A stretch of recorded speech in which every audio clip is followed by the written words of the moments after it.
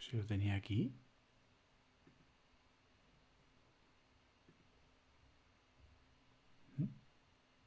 No lo entiendo.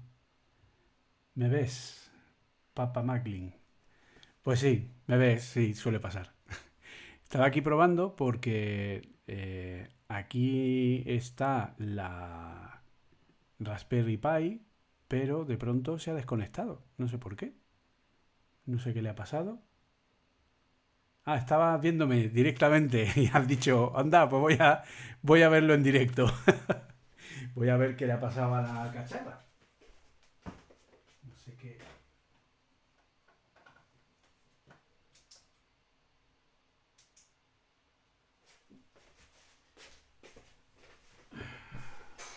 He apagado y encendido.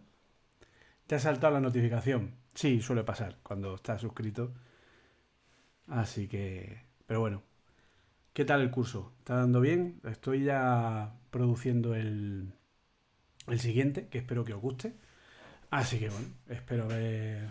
Este la verdad que ha gustado en líneas generales. Obviamente me hubiera gustado o me gustaría que se vendiera algo más. Pero bueno, ahí estamos. Ángel, hola Julio, hola, ¿qué tal? El curso un 10, muchas gracias. Muchas gracias. La verdad que ha sido probar, bueno, pues otro formato diferente. De hecho, como puedes ver, la view es parecida a esta, ¿no? Es un poco de este estilo. Lo que pasa es que, claro, hay que preparar muy bien todos los materiales, probar previamente que todo el código tiene coherencia, que los ejemplos son realmente prácticos, prepararlos antes bien, ¿vale? Para que no sea un, ay, no funciona, ay, espérate, voy a probar. O sea, no, lógicamente tiene que ir directo a lo que es el tema. Claro, como tú dices, es muy específico, ¿vale? O sea, no es un curso tipo, pues eso, un Swift o un Swift UI, ¿no? Es una cosa para gente que ya lleva tiempo programando. Entonces, bueno, pues en ese sentido sí lo entiendo. Pero bueno, vamos a ver, va en esa línea, ¿vale? O sea, lo que queremos es hacer una, eh, una bolsa, por llamarlo de alguna forma, de cursos que siempre estén ahí, que sean interesantes y que, bueno, pues sean que se puedan coger en cualquier momento. Dice Ángel, a mí me gustaría aprender a programar, pero no sé nada, sería a partir de cero. Pues no hay ningún problema. O sea, ya lo hemos dicho muchas veces, todo el mundo hemos partido de cero. O sea, esto es algo que no... todos empezamos desde el mismo punto. Entonces, mm, tienes muchas opciones. Tienes tanto opciones gratuitas, como por ejemplo, por citar el amigo eh, Bryce Moure, Mouredev, tiene unos cursos en YouTube bastante amañados que te enseñan lo básico, tanto en Android como en iOS. En gratuito también tienes a Paul Hudson, si se te da bien el inglés, que yo lo he recomendado varias veces, que tiene un 100 Days with Swift, que te enseña lo que es programación en Swift, etcétera, y desde cero, ¿vale? Todo eso desde cero. Y luego aparte, pues ya si quieres invertir, ¿vale? Pues tienes mi curso en Udemy, que es un curso que ya está actualizado a Swift 5.2, a la última versión, y que bueno, tiene un precio de 70 euros con el descuento de Apple Coding. Y bueno, pues con ese puedes, es un curso de algo más de 15 horas donde empieza desde cero. O sea, empieza desde lo más elemental. De hecho, en la última actualización de la 5.1, lo que he hecho ha sido incluir una parte que le faltaba de orientación objeto, que creo que era importante que se contara de una manera sencilla y práctica. De hecho, lo hago literalmente con animalitos, ¿vale? O sea que más sencillo imposible, ¿no? Pero creo que se entiende bastante bien. O sea que te recomiendo que mires esas opciones y que empieces. Esto es empezar. Y cuando empiezas, el problema es que te puedes viciar y luego ya no parar en ese sentido. Dice Papa Macklin, dice, estoy súper emocionado con Swift UI, es una pasada, cada día me sorprende más. Nosotros estamos, bueno, yo ya he hecho varias apps en Swift UI, lo que pasa es que no son mías, son cosas hechas para clientes. algunas que no se publican en el App Store, otras que no se han publicado todavía. El caso es que todavía no tengo ninguna publicada, pero sí estamos a punto de terminar una que estamos haciendo de producción propia en Gabel Studios, en SwiftUI, una aplicación de recordatorios de medicamentos, 100% SwiftUI, con todo con Core Data, muy bien integrado, con todo tipo de cosas bastante chulas. De hecho, hemos conseguido incluso hacer una integración de paginación, etcétera, etcétera. Y la verdad, pues que no sé, a ver, está mal que yo lo diga, pero está quedando muy bien. ¿Vale? La app la estoy programando yo y la ha diseñado mi mujer, barra socia, barra diseñadora gráfica. Así que a ver qué tal se da, ya os lo comentaré. Dice Ángel, ¿algún programa para iPad ya que ahora mismo no dispongo de Mac? Sí, el Swift Playgrounds. De hecho, mi curso de Swift, de Udemy, lo puedes hacer entero en Swift Playgrounds en el iPad. No necesitas un Mac para hacerlo, ¿vale? Eso sí, es recomendable que tengas un teclado, ¿vale? Porque usar el teclado virtual del iPad con Swift Playgrounds es un poco engorroso, ¿vale? Porque tapa mucho sitio de lo que es la pantalla y tal, a no ser que tengas un iPad de 12,9 de los grandes, un iPad Pro, es un poco más engorroso. Pero aún así, pues la verdad que va muy bien. Y un teclado, a ver, yo me compré un teclado Wachiflus de estos para iPad por Bluetooth por 30 pavos, o sea que no tienes que comprarte la macro ultra funda Chucky Place, ¿vale? O sea, de hecho me lo trajo un amigo invisible las navidades pasadas o las anteriores, o sea que imagínate. Dice, tengo el Magic Keyboard en camino y el iPad de 12,9. Pues entonces, vamos, blanco y en botella. Si tienes el Magic Keyboard en camino, que además tiene trackpad, que Swift Playgrounds ya soporta el trackpad, y tienes un iPad de 12,9, vamos, ya te digo, todo el curso de Swift mío, de Udemy, lo puedes hacer entero en el iPad. No necesitas un Mac, ¿vale? Está completamente probado al 100% en el iPad. De hecho, el curso que está haciendo Papa Macklin, el de concurrencia, también se puede hacer entero en un iPad. No necesitas hacerlo en el Mac, no necesitas un Mac para hacerlo, ¿vale? Y el siguiente curso, que va a ser el de Combine, ¿de acuerdo? También se puede hacer entero en el iPad, no hace falta eh, usar un Mac si no queremos. Y luego, obviamente, a partir de junio, o sea, a partir del próximo mes, de aquí a un mes prácticamente, se podrá hacer también en el iPad con Xcode Beta. Y luego ya a partir de septiembre con la versión final. Así que más opciones imposible. Dice Ángel, pues no te digo que no. Bueno, pues si lo intentas, además, si coges el curso de Udemy, lo bueno que tiene es eso, que yo estoy ahí detrás, entonces cualquier duda, cualquier tal, como las lecciones tienen la opción de ponerle preguntas al profesor, pues lo pones, a mí me llega una notificación y entonces pues yo te veo la respuesta y te puedo guiar o te puedo arreglar cualquier duda que puedas tener, ¿vale? O sea, no tiene... En ese sentido llevo ya con el curso año y pico y nunca he tenido ningún problema al respecto. Voy a mirar aquí si esto se ha conectado ya, pero parece como que se le hubiera ido la perola.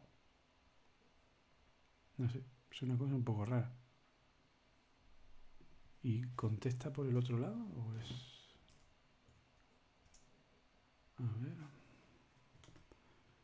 A ver si es que se la... Sí, yo creo que es que se le ha ido el cable de red. Vale. A ver. No miréis. A ver, aquí...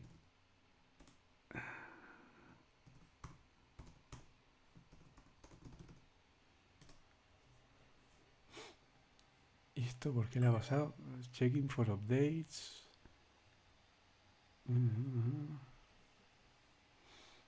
No sé. ¿Xcode beta en serio? Sí, claro. Sí, sí. De hecho, ya se sabe. Vamos, ha habido gente de alto nivel que lo ha filtrado. que ha filtrado, que pueden asegurar que Xcode llega. Yo ya lo dije hace mucho tiempo, ¿vale? Porque había muestras de ello en un montón de sitios y de hecho Swift Playgrounds es prácticamente un Xcode, ¿vale? O sea, el proyecto de Playground que tú estás usando en Xcode para hacer el curso, ese tipo de proyecto es exactamente igual con Swift Playgrounds en el iPad, ¿vale? Puedes usar todas las APIs, puedes usar todo, funciona todo exactamente igual. Eh, entonces, claro, ya tienen gran parte del trabajo hecho, es decir, ya tienen el motor, ya tienen el compilador, ya tienen todo lo que necesitan, ¿vale? Entonces, y de hecho, la persona esta que lo filtró confirmó que, que llegaba Xcode, Final Cut Pro 10 y Logic Pro en fases, no llegarán las tres a la vez. La primera en teoría será Xcode, pero el resto irán llegando poco a poco. O sea que. Y aquí me ha dado un error muy raro porque está en modo texto. Fijaros que. ¿Veis? Esto es la Raspberry Pi directamente y no sé por qué me ha dado un error en un repositorio de algo que instalé de la Raspberry, pero no he iniciado el modo gráfico. No sé por qué.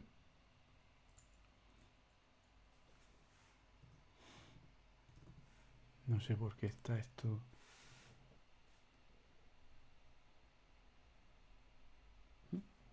Ya he iniciado el modo gráfico. No sé, se había quedado atontado. Esta es el nuevo juguete que lo que he hecho ha sido le he montado Docker y ahora pues en teoría, fijaros, tiene aquí IDEs para programar en Java, para programar en Scratch, etcétera. ¿Qué voy a hacer con la Raspberry? Pues varias cosas. Voy a coger, bueno, aparte de que he puesto aplicaciones imprescindibles, obviamente, eh, lo que voy a hacer es, ya le he montado Docker, ¿vale? Y tengo pensado varias cosas. Poner un P-hole, ¿vale? Para el tema de seguridad, para que todo lo que es. Un P-hole es un servidor DNS que lo que hace es filtrar todas las llamadas, de forma que todos los. Lo que haces es direccionar al router para que en vez de que la DNS sea la de Telefónica o las que tengas puestas, pues use como DNS la Raspberry, ¿vale? Entonces, lo que hace es que filtra por defecto todos los todas las páginas de analítica, de todas estas que compilan datos, de publicidad, pues eso, todo ese tipo de cosas. Puedes poner varios modos de privacidad. Entonces no es tener un bloqueador de publicidad, ¿vale? Es simplemente tener que en el DNS, cada vez que entra una solicitud de algo que no lo quieres porque es publicidad o de algún tipo de analítica, de uso o lo que sea, pues directamente va negado al 127.001 y no devuelve nada. O sea, es como si estuviera caído el servicio. Entonces, claro, la navegación va infinitamente más rápido, es todo mucho más seguro, no tienes problemas de que vendan tus datos, etcétera, etcétera. ¿Vale? Eso es una de las cosas. Luego, quiero montarle también, que por eso he montado Docker, eh, servidor de Vapor, ¿vale? O sea, poder utilizar la Raspberry como servidor web de prueba, ¿vale? Entonces, como tenemos varios proyectos que funcionan con Vapor, con lo que es desarrollo del lado servidor, lo que quiero es poder montar un entorno en el que dice es incompatible con una VPN externa. No, precisamente. O sea, de hecho, puedes conectar con una VPN. Si te refieres a eso, me refiero. Le puedes poner un servidor OpenVPN, conectar desde la calle a la Raspberry y navegar con la seguridad del P-hole que tienes en casa. Se puede hacer. No sé si es eso lo que estás preguntando. Y como digo, lo que quiero es eso, que funcione como un servidor, ¿vale? Para poder hacer desarrollos del lado servidor sin tener que ponerlo en internet. Y Me dice Nicolás, te recomiendo que instales Docker. Sí, ya está instalado. Dice, yo sabía que iba a instalar el Vapor. Dice Mauricio, hola, ¿qué tal? Mauricio, ¿qué tal, Nicolás? Pues sí, coño, hay ya 10 personas, qué nivel. Sí, efectivamente, tiene montado Docker para eso, para poder dockerizar a partir de... Con Docker 3 era, bueno, tampoco era muy complicado. Con Docker 4, perdón, con Vapor 4 se hace así, ¿vale? Entonces puedes dockerizar el de este. Quiero ver si puedo montar una conexión que me permita desplegar y tal y hacer las pruebas. Y entonces, pues eso, poner todas las apps que tengo de prueba en Vapor, ponerlas en la Raspberry. ¿Y qué más? Para hacer. Para jugar a juegos retro también, que yo soy un señor mayor y entonces, pues, me gusta jugar a algún juego retro de vez en cuando y entonces pues tengo ahí unas de esas ROMs, unas de esos torrents que te bajas con 5.500 millones de ROMs de todo tipo y entonces pues para poder jugar a juegos de estos modernos tipo el Gauntlet, tipo en fin, de máquinas recreativas y cosas así. Entonces pues las tortugas ninja, cosas así de juegos de cuando Franco era corneta, el Ghosts and Goblins, en fin, un montón de juegos de estos y luego pues de consola. Bueno, de todas maneras, las consolas que más me gustan, si las tengo ahí en versión retro, obviamente. Tengo aquí la maravillosa Super Nintendo Mini con su mando, igual que esta también con sus mandos, que de hecho se pueden conectar los dos. A ver si soy capaz de quitarlos. Aquí está. Tengo obviamente las maravillosas Super Nintendo Mini y la Mini NES, ¿vale? Yo soy más de Nintendo que de Sega. Y entonces, bueno, pues muchas veces juego directamente con eso. Pero hay otra serie de juegos pues que quiero poder tener. De hecho, incluso fíjate, por no manchar el Mac, ¿vale? Pero incluso también pues ponerle emuladores de ordenadores, ponerle sobre todo el emulador de Amstrad, que era el que yo tenía, y poder pues probarlo, hacer alguna cosilla, en fin, ese tipo de cosas.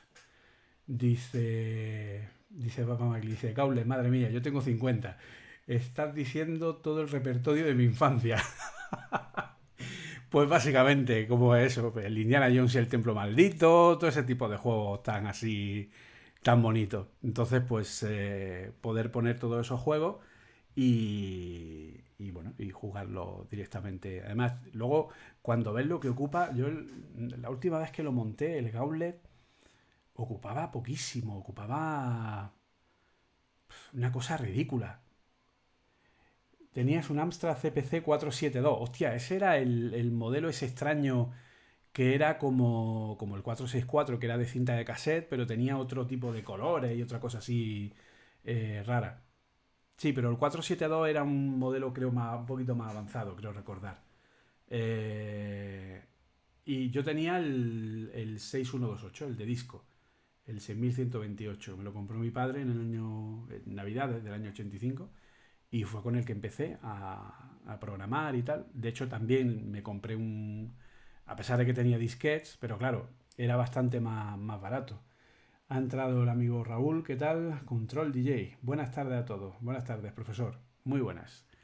Eh, pues eso, también le compré un grabador de cassette, ¿vale? Típico que además tenía las tres clavijas, ¿vale? Para conectar al Amstrad, que eran las de auricular, micrófono y control remoto, para que el ordenador pudiera parar y arrancar el cassette. Y entonces, pues nada, con eso también cargaba la cinta. Dice, ese lo tenía mi vecino que tenía más pelas. Hola, yo también tuve, Juan Francisco, la que tal, dice, yo también tuve el 6128. Pues sí, fue el que, claro, yo venía de jugar al Spectrum, que era el que me traía mi padre de vez en cuando, que él curraba en una tienda, y cuando le dejaban el Spectrum, porque Él curraba en una tienda de informática, entonces compraba no sé cuántos miles de ordenadores, que en aquel momento, fíjate, vendía un IBM PS2 8286. Te estoy hablando del año 80, no, ni siquiera 86, era anterior, era un 8080 o un 8086 podría ser. Sí, o sea, eran bastante más antiguos. Y lo vendía por 1 millón de pesetas. En el año 85 el ordenador era 1 millón de pesetas. Y venían, y además compraba el ordenador la empresa, y mi padre iba como técnico a enseñarle a la persona a cómo utilizar las apps de hoja de cálculo y tal y cual para poder integrar el flujo de la tienda en lo que era la tienda en sí. Y entonces le regalaban, vamos, le daban como muestra estos ordenadores. Entonces le dejaron un Spectrum, efectivamente el de 48K, el Sinclair ZX Spectrum de 48K, el de las teclitas de goma.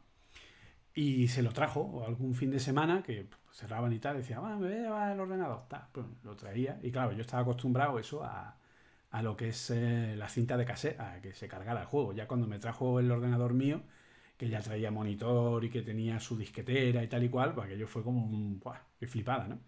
178K por cada cara de disco. Te cabía ahí, bueno, la hostia. Dice, con tu famoso manual y las revistas que te pasabas toda la tarde copiando y luego no iba. Efectivamente, eso también lo hacíamos. Además que lo he contado alguna vez en un podcast. Es que era la única forma que teníamos de aprender a programar. O sea, la única forma que teníamos de aprender a programar era el manual del Amstrad, que venía al final con el código del rebotes y de estos juegos que eran hechos por programadores españoles de Amsoft. Y, y fíjate, dice, perdona, pero tengo el volumen al máximo y apenas te escucho. No sé si está... No, esto está al máximo. ¿Me oyes ahora más rápido? Hola, ¿qué tal? Es que tampoco estoy... A lo mejor tengo que direccionar esto un poco más. ¿Se escucha ahora mejor? Y... Pues eso que decía, que La... El de este... A ver, está aquí tirando de... Actualmente no se puede mostrar, es que se pone en modo suspendido. Dice ahora sí. Vale.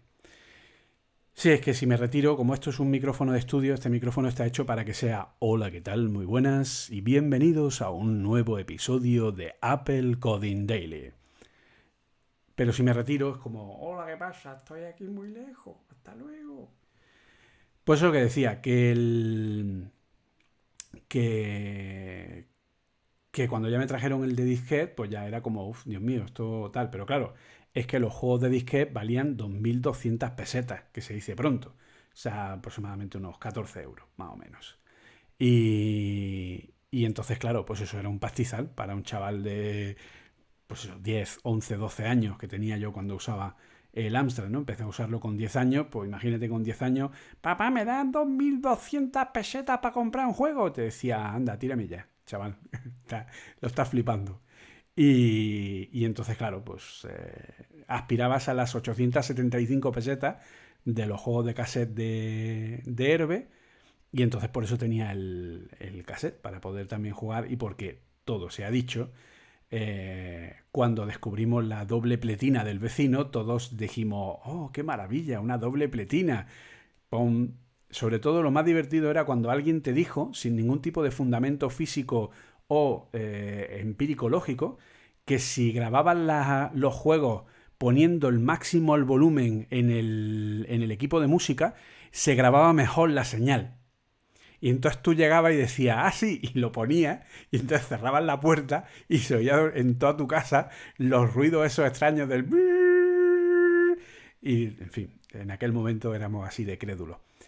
Y entonces, bueno, pues son cosas curiosas. Entonces, pero bueno, ahí fue donde empecé efectivamente a programar y lo único que teníamos era eso, eran las revistas y los...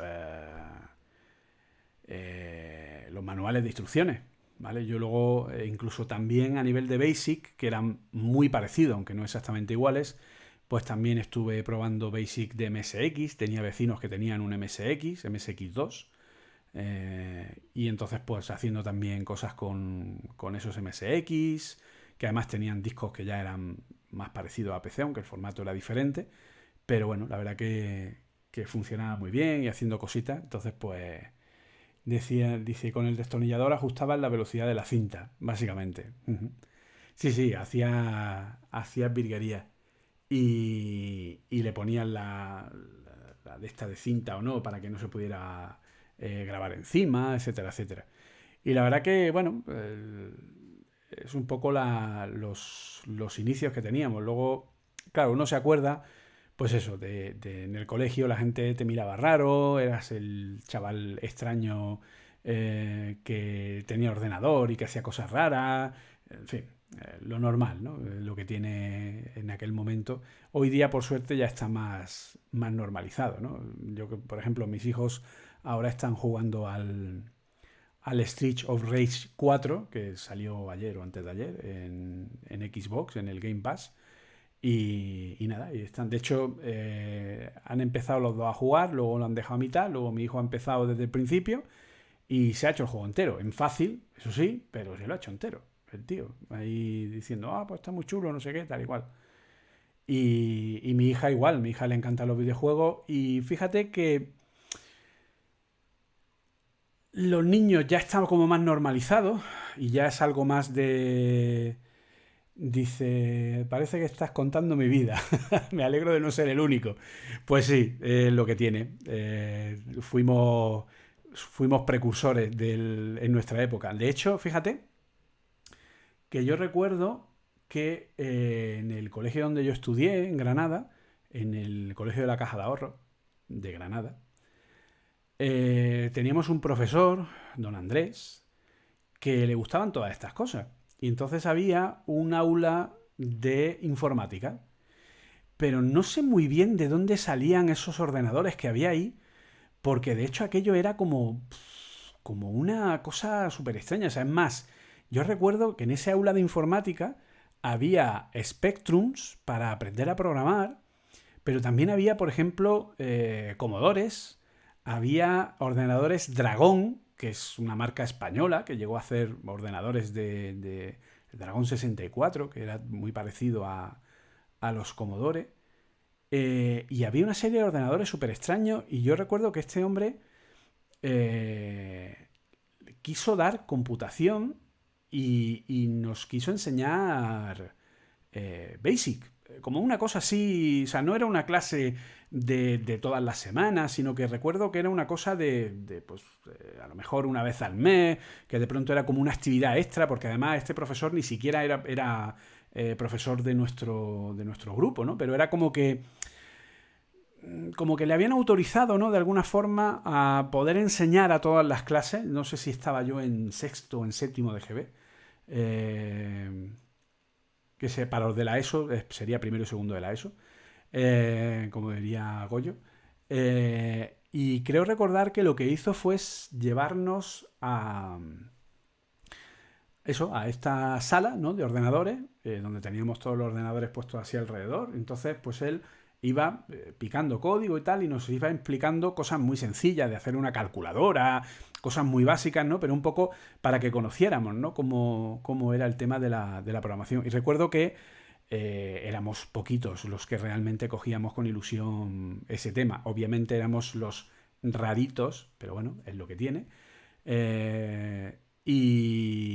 Pero la verdad que fue bastante interesante y algo bastante, no sé, de bastante mérito, ¿no? Que ese profesor hiciera o se tomara esa molestia de hacer eso, ¿no? La verdad que fue muy, muy chulo, ¿no? Fue una experiencia bastante buena. Y la verdad que, bueno, pues al final la cosa pues salió bien. Pero como digo, en aquel momento era mala cosa. Ahora, como decía, ya está más normalizado en los chicos, ¿vale? Mi hijo al principio, cuando era más pequeño, sí tuvo algún problema, porque mi hijo viene jugando a videojuegos desde que tenía prácticamente 3 4 años, ¿vale? De hecho, empezó a pasarse los juegos de Lego uno detrás de otro, una cosa bárbara. Y le costó pillar el punto, ¿vale? En aquel momento los niños están todavía con el tema del fútbol en la cabeza y tal y cual.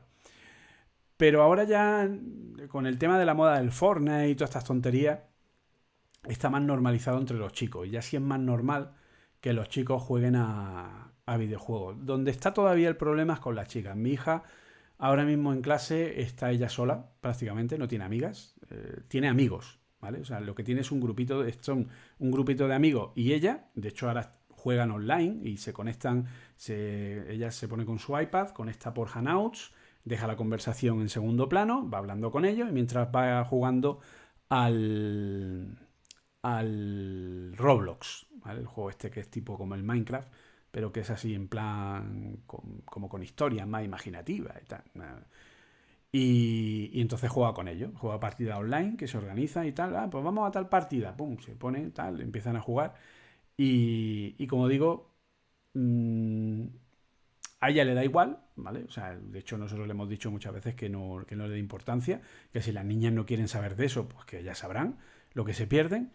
Pero es cierto que todavía no. El tema de las niñas no sé por qué. Bueno, sí sé por qué. Porque son estupideces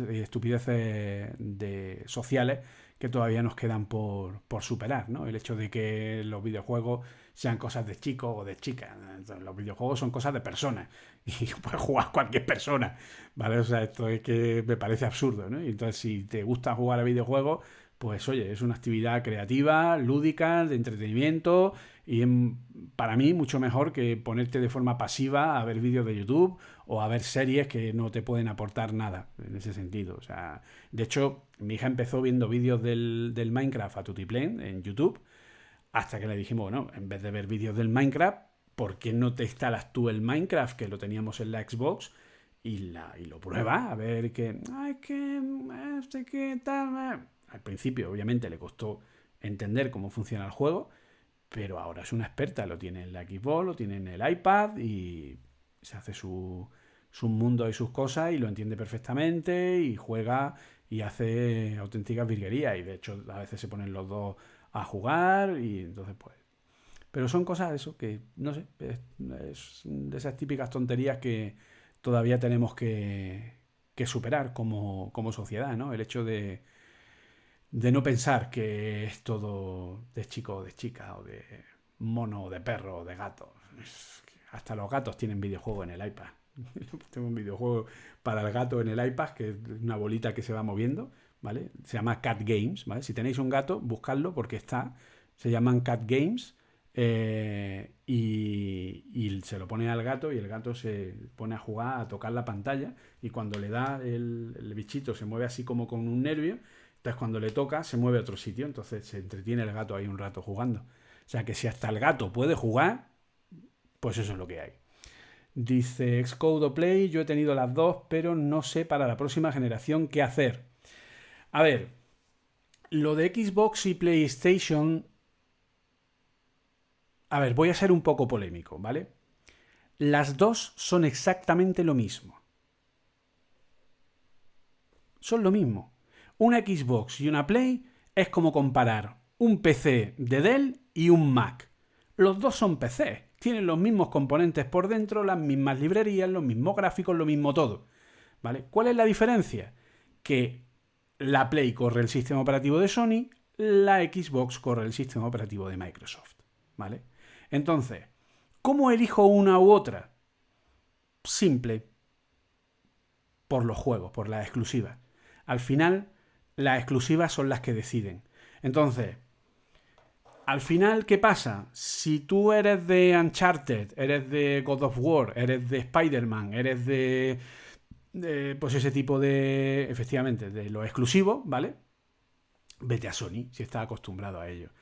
Que eres más como yo, de Halo, de ese tipo de juegos, ¿no?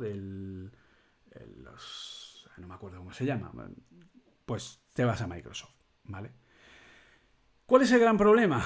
El gran problema es que los exclusivos de Microsoft son bastante menos y son bastante menos populares, ¿vale? O sea, Sony tiene una baza increíble con Sony Computer Entertainment, con SC Studio, porque realmente hacen unos juegos de una calidad brutal, ¿vale? Pero brutal. O sea, yo reconozco que el God of War es un juegazo, el Spider-Man es la hostia, ¿vale? O sea, el Spider-Man es coger el concepto de los Batman Arkham, que son excelentes de por sí, y llevarlo un paso más allá. Y el Gears of War, efectivamente, es el que quería decir, que es que con el God of War y el Gears se me ha cruzado en la cabeza. Entonces, claro, Sony tiene más exclusivas. Desde mi punto de vista, el ecosistema, la interfaz, el sistema operativo, los servicios que da Sony, los mandos, el acabado de componentes, para mí es peor. Para mí, ¿de acuerdo? Me gusta más Microsoft. Yo tengo la Xbox y cuando salga, lo más probable es que compre la Series X. Pero no hay que quitarle mérito a una u otra, ¿vale? Lo que tenemos que pensar es que efectivamente, y un estudio de videojuegos es lo que tiene, las dos tienen el 95% de los juegos que están en las dos consolas. Y estas luchas absurdas de no, es que la Play es más rápida, es que la Xbox es más rápida, que ahora ya se está dando, que hay unas peleas ahí absurdas. No, es absurdo. O sea, es que no tiene sentido. No tiene sentido porque vamos a suponer, para que lo entendáis vosotros, muchos de vosotros que sois programadores. Yo cojo una Play. O sea, cojo la Play 5 y cojo la Series X. Si las miro de una manera puramente técnica, teniendo en cuenta que las dos tienen un chipset de AMD hecho específico, con un tipo de construcción de, creo que es de 7 nanómetros, con una gráfica de generación tal, o sea, técnicamente son prácticamente iguales, pero parece ser que con un tema técnico de cómo funciona la memoria y la conexión entre los diferentes canales de la memoria gráfica y la memoria del procesador y tal y cual, parece ser que la Play 5 es algo más rápida en datos empíricos que la Series X. ¿Vale? Es la primera vez que pasa, porque normalmente la Xbox suele ser más rápida que la Play. Me dice, yo también prefiero la Xbox y mi hijo la Play. Eso es un problema bastante serio. De hecho, mi hijo me está pidiendo la Play porque quiere jugar al Spider-Man y al Uncharted y al resto de juegos. Entonces, ahora mismo, sobre los datos que tenemos sobre la mesa, la Play 5 es algo más rápida. Si pasamos un benchmark, tanto gráfico como de CPU, la Play 5 es algo más rápida que la Xbox. Vale, vamos a aceptar ese dato que está ahí en la red como verdadero. ¿De acuerdo? Perfecto. Entonces podríamos decir, no, pues la Play mejor porque es más rápida. No. ¿Por qué? Porque ahora yo voy y hago el Batman Arkham Chucky Flux, ¿vale? Y uso el Unreal Engine, ¿vale? Que como están hechos los juegos de Batman Arkham, ¿no? Con el Unreal Engine. O llega Electronic Arts y usa su maravilloso motor para hacer, pues eso, el Battlefield 6 o el Star Wars Battlefront 3 o vete a saber el qué, ¿de acuerdo? Y entonces esos juegos están en las dos plataformas, ¿vale? O el FIFA, ¿de acuerdo? Que el FIFA ya usa el motor bueno de Electronic Arts, que no recuerdo ahora cómo se llama, desde hace un par de generaciones del FIFA, ¿vale? El mismo motor del Battlefield, el que usa el FIFA. ¿Qué pasa si ese motor, que es una librería, no está lo suficientemente bien optimizado para sacar rendimiento de la Xbox o de la Play? ¿O usa mejor cómo funciona la Xbox o cómo funciona la Play? ¿O a lo mejor la Play tiene la característica de memoria que es más rápida, pero por retrocompatibilidad no lo aprovecha porque el código es... ¿Qué es? Es multiplataforma, ¿vale? O sea, cuando yo hago una app que funciona la misma app en Android y en iOS, ¿qué pasa? Pues que como no se pegan nativamente a cada sistema, no lo aprovechan al 100%. Pues es que en las consolas pasa igual. Cuando yo hago un videojuego que hace con Unreal, con Unity, con cualquier motor, no estoy sacando el provecho al 100% porque estoy haciendo una aplicación, no es híbrida, pero es multiplataforma. No es híbrida porque no va en un motor HTML, pero es multiplataforma. Por lo tanto, como se tiene que adaptar a las dos plataformas, no va a sacar el máximo de las dos, no va a sacar rendimiento de las características específicas de cada una. Es lo lógico, ¿vale? Entonces, usará la misma librería gráfica de la misma forma, usará las mismas instrucciones de la misma forma, y si la Play 5 tiene una forma especial de hacer el efecto de las luces o el efecto de no sé qué, no lo va a usar si no está implementado, ¿vale? Por lo tanto, al final, me da igual. ¿Quién le va a sacar un verdadero rendimiento a la Xbox o a la Play? Microsoft o Sony, porque sus motores están hechos para que sean nativos de la Play o nativos de la Xbox. Por eso los juegos de Sony tienen una calidad que el resto de juegos no alcanzan, ¿vale? Porque son nativos. Es lo mismo que pasa cuando yo hago una app nativa en iOS o en Android, pero salvando algunas distancias y no siendo tan radical, ¿vale? O sea, realmente la diferencia no es tanta, ¿vale? Pero la hay. Entonces, por eso los juegos de lo que son las propias compañías, ¿vale? Los Halo, los Spider-Man, etcétera, al estar hechos nativos para la plataforma, si la plataforma tiene algún tipo de característica exclusiva, la aprovechan y la utilizan.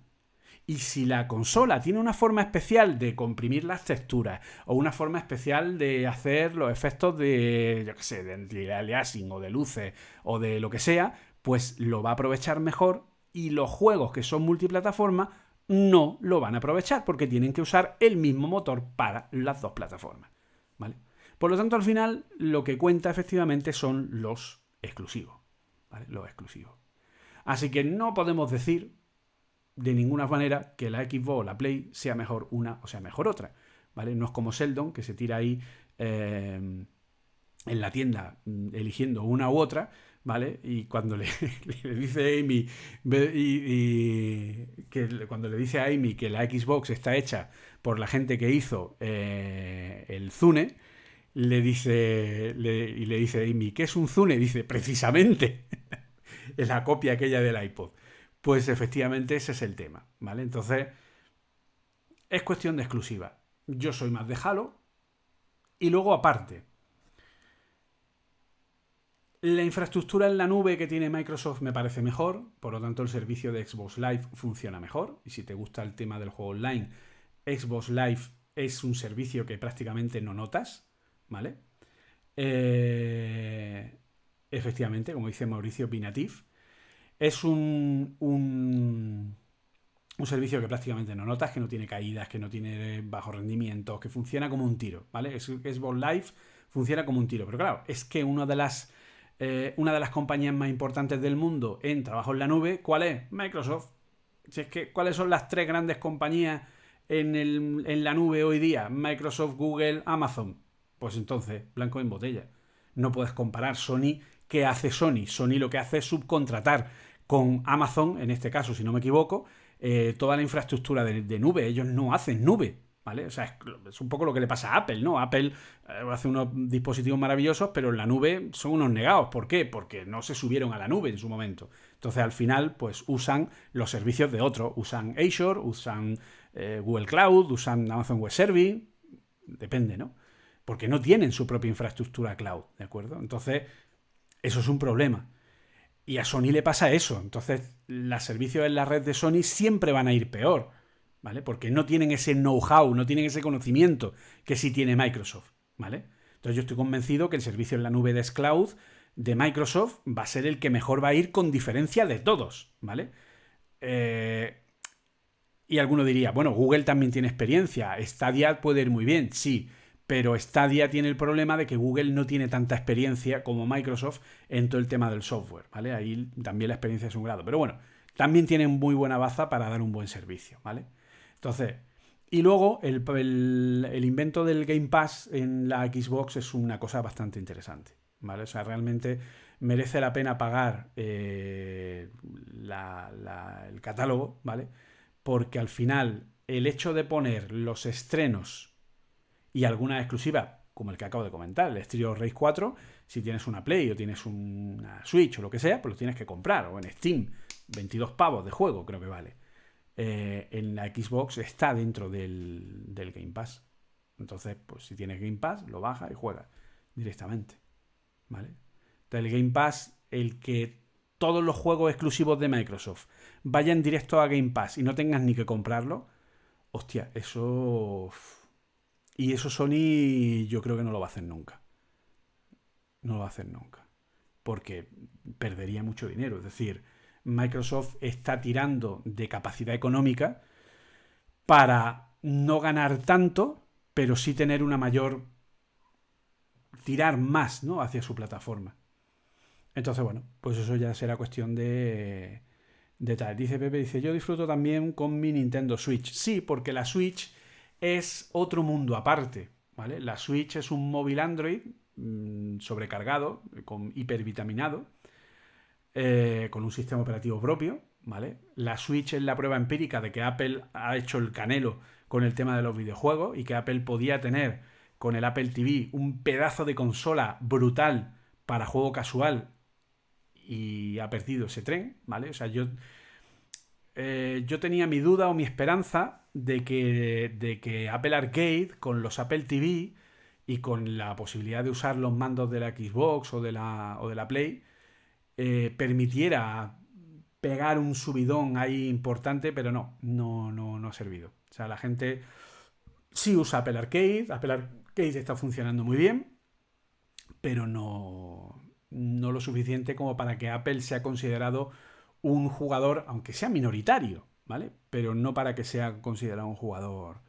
Y ya te digo, es una oportunidad perdida terrible porque una Nintendo Switch tiene una capacidad gráfica similar a un Apple A9, A10 Fusión, está ahí, ¿vale? Es un Qualcomm 835, ¿vale? Un Snapdragon 835 con otra serie de cacharritos puestos encima. Pero claro, volvemos a lo mismo. No es la consola, son los juegos. Pues la consola puede ser la que sea, pero ponme un Mario Galaxy, ponme un Zelda, ¿vale? El Zelda nuevo, o sea, yo no el Zelda clásico, que todavía no lo he podido jugar, pero el Zelda nuevo, que es el remake del de Game Boy, me parece una pasada, una pasada. Y fíjate la que estás liando con el Animal Crossing, por ejemplo. O sea, son los juegos. O sea, al final, decidirte por una consola u otra, y de hecho el éxito de Nintendo, y que Nintendo siga ahí después de tanto tiempo y no pierda no pierda su posición, viene dado precisamente por eso, porque todo es cuestión de aprovechar el tirón, ¿vale?, que puede tener. Esto se ve fatal aquí. El tirón que puede tener, o sea, que tienen los juegos, ¿de acuerdo? O sea, es eso, son los juegos. A ver. Esto que se ve algo más claro. Entonces, al final, insisto, la consola son los juegos. Y de hecho, Apple Arcade no ha triunfado, o no está triunfando todo lo que a Apple le hubiera gustado, precisamente porque los juegos no son juegos conocidos. No son grandes franquicias, no son juegos que la gente conozca, no son... En el mundo de los videojuegos funciona mucho cuando tú tienes juegos cuyo título termina por un número, porque ya es como que ya lo conoces, ¿no? Entonces es importante en ese sentido. Entonces, bueno, pues a ver qué tal se da el tema. Pero bueno, es un poco complicado. Y poco más. Yo simplemente he entrado por hacer, pues eso, por probar qué tal iba todo el tema, etcétera, etcétera. Y al final pues hemos echado aquí una charlita. Así que bueno, voy a ver si sigo haciendo pruebas y cosas. Y nada, ya os iré contando mis progresos con la Raspberry. A ver qué tal va todo el tema. Dice, un placer escucharte como siempre. Muchas gracias por haber entrado. Ahora puedes seguir escuchándome en el curso. Que ahora te aconsejo mejor que pare un momento, cenes tranquilamente, etcétera, etcétera. Que estamos en día de fiesta. Y pues precisamente a hacer la cena ahora y relajarnos un rato. Nosotros hemos empezado ahora a ver Blacklist, que no lo habíamos visto. Y bueno, la verdad que está bastante bien. Así que nada, muchas gracias a ti por el rato y a todos los que han estado ahí, a las 10, 11 personas que habéis estado. Y nada, nos vemos próximamente. Y ya que estamos aquí, os aviso que probablemente el próximo fin de semana hagamos la charla, taller, workshop de SwiftUI, ¿vale? Aquella pendiente que no llegué a hacer en el TechFest, ¿de acuerdo? Porque precisamente hoy era para probar si efectivamente esta configuración me daba lo que necesitaba. No me la da, ¿vale? No lo haré por Twitch. Así que la charla probablemente sea una charla en Zoom, ¿de acuerdo? Así que estará limitada a 100 participantes, ¿vale? Podréis estar hasta 100 personas registrados en la charla. Probablemente a primeros de la semana que viene lanzaré los enlaces para que os podáis registrar, ¿de acuerdo? Y sí, obviamente, por eso, o sea, lo diré. Dice Mauricio, seguiré con el curso de concurrencia, yo casi termino. Juan Francisco ya se lo ha terminado, o sea que ya tengo que darme prisa. Dice, avisa antes para poder registrarnos. Sí, o sea, a ver, la charla en Zoom va a requerir...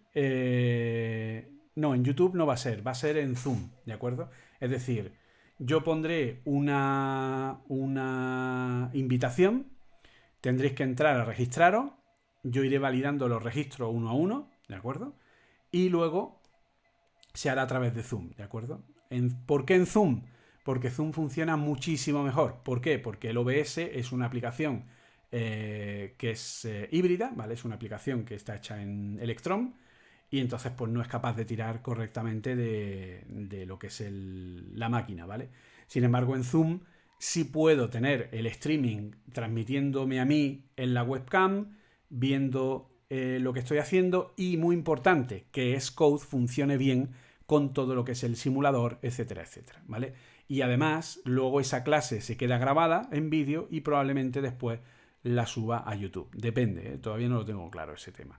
Pero aún así, como digo, ya lo veremos y, como digo, pues eso, tendréis el aviso, ¿vale? O sea, tanto en Twitter como en LinkedIn, como en el resto de redes sociales, estará avisado cómo podéis registraros en la charla y nada, y haremos esa pequeña introducción, esa clase de introducción a SwiftUI probablemente la semana que viene, ¿vale? Así que nada, poco más. Nos vemos pronto, nos oímos pronto, probablemente este fin de semana haga grave podcast, ¿vale? Y probablemente sea que es lo que estoy preparando de el futuro los futuros hardware de Apple para los próximos 2 años, ¿vale? Vamos a hablar de Mac con ARM, vamos a hablar de cascos de realidad aumentada, vamos a hablar de los futuros iPhones, de los futuros iPads, de las pantallas mini LED, etcétera, etcétera. Así que seguramente os gustará. Así que poco más. Un saludo y good Apple Coding. Muchas gracias por estar ahí.